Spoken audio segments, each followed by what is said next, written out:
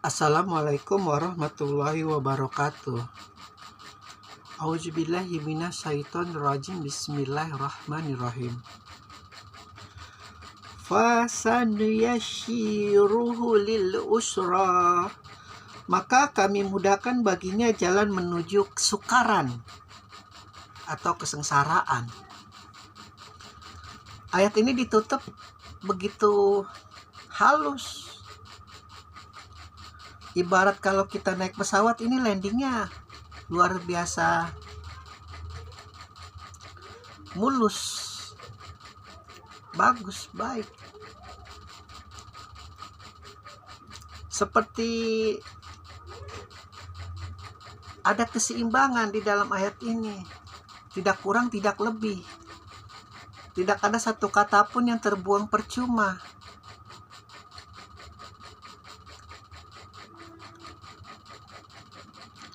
Bagi yang tidak percaya ada pahala terbaik, akan dimudahkan jalannya kesukaran. Bagi yang percaya akan dimudahkan jalannya menuju kebahagiaan.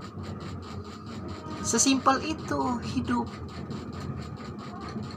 Disampaikan oleh Allah kepada Rasulnya lewat malaikat Jibril.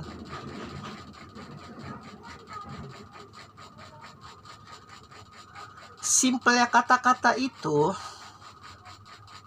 simpelnya ayat-ayat itu, tidak sesimpel bagi jiwa-jiwa yang kurang pasrah, kurang menerima, kurang bersyukur apalagi. Sulit. Karena iblis tetap berusaha membisikkan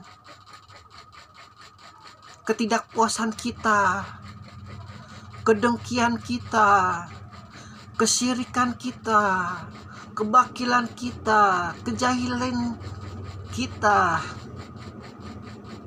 Terus itu digoreng di hati, di logika. Kalau dua ini masih kuat, terakhir lewat hawa nafsu. Dengan cara menciptakan sistem, di mana sistem-sistem itu akan memalingkan manusia untuk menuju puncak kesyukurannya, puncak kepasrahannya, puncak kebaikannya. Banyak jalan menuju Roma, banyak jalan menuju kebaikan. Dan dalam kebaikan itu juga iblis buat banyak jalan menuju kesengsaraan. Karena kedengkiannya itu memang sudah bersaksi akan dibawa sebanyak-banyaknya manusia ke dalam neraka. Benar luar biasa terluka hatinya. Luar biasa terhina dia di depan para malaikat yang bersujud kepada Adam. Allah sendiri murka kepada dia. Ini juga contoh,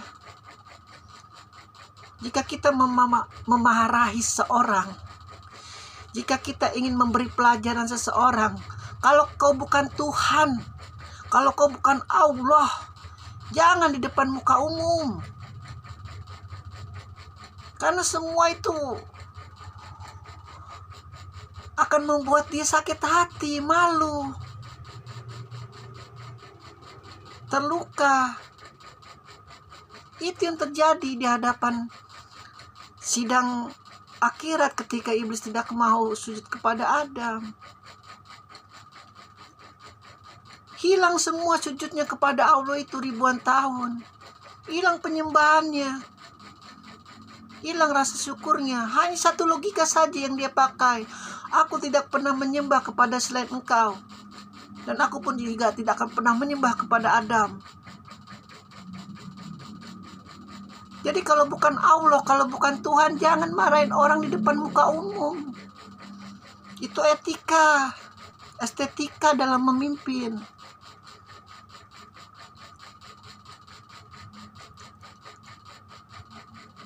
Meskipun bebalnya orang itu, meskipun luar biasa bodohnya orang itu, meskipun luar biasa jahilnya orang itu, kalau kita mempunyai kekuasaan, ngomong empat mata,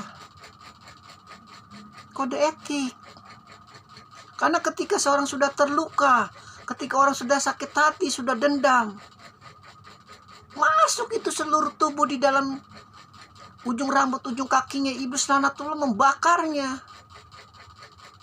Dan tidak akan padam jika dendamnya itu tidak bisa dilampiaskan sampai kapanpun. Karena tahu manusia itu diciptakan dari tanah. Bakar saja dengan hawa nafsu, bakar saja dengan api kedengkian, bakar saja dengan hawa dendam, pasti acak-acak itu manusia udah nasibnya.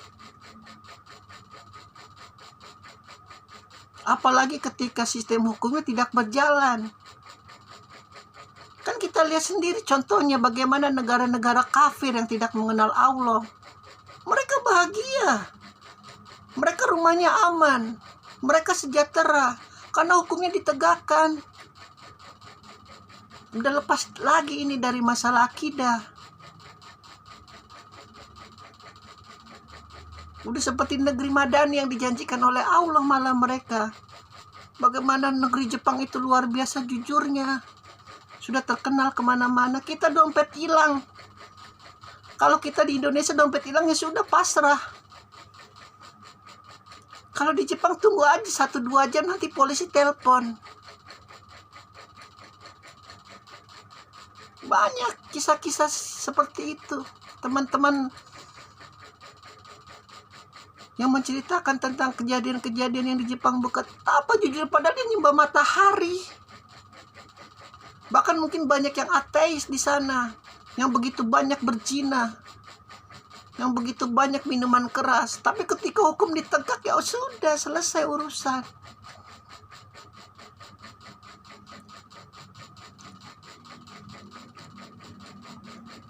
Sistem harakirinya, semangat bushidonya luar biasa. Jangan sampai nenek moyang kita tercoreng mukanya di hadapan umum. Kita harus bekerja sekuat tenaga agar anak-anak kita dihormatin, agar wanita-wanita kita dihormatin. Ketika dia ada dimanapun dihormatin. Terbukti kan? Kita kalau lihat orang Jepang pasti kita luar biasa hormat kepada mereka. Meskipun belum tentu mereka di sana dihormatin di daerahnya. Karena tahu kejujuran itu luar biasa. Lah kita, Nabi kita luar biasa jujur. Tidak ada satu huruf pun yang keluar dari kebohongan lidah sucinya. Itu yang saya bilang. Mereka mungkin tidak mengenal Islam, tapi kelakuannya Muslim. Hukumnya Muslim. Padahal mereka tidak percaya surga. Mereka tidak percaya itu ada neraka. Mereka percaya dengan kepercayaan mereka, Shinto, Dewa Tao dan sebagainya. Tapi hukumnya ditegakkan. Kalau dia bersalah, baik dengan khilaf maupun tidak sengaja, dan dia tidak dihukum, itu luar biasa bersalahnya. Bahkan mengaku. Lah kita mah kalau ditangkap ya baru mengaku. Banyak koruptor itu kalau ditangkap baru ngaku. Kalau enggak ya biasa saja, tatang petenteng, cengat-cengir kayak orang gak punya rasa berdosa. Jangan main-main dengan hukum. Walaupun keadilan itu tidak ada 1%-nya dengan keadilan di akhirat nanti, suatu hari kita akan merasakan dari penghisaban.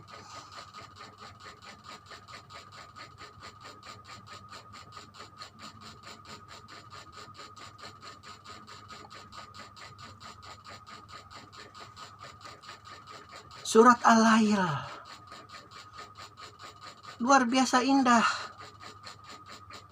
Malam Allah menceritakan bagaimana cara manusia menuju kebahagiaan dengan berbagai macam cara dia untuk memenuhi kebutuhan hidupnya. Ada yang jadi gelandangan, ada yang jadi perampok, ada yang jadi pencuri, ada yang jadi koruptor, ada yang jadi babu, ada segala macam. Allah mengerti sekali, paham. Maka dikasih kisi-kisi.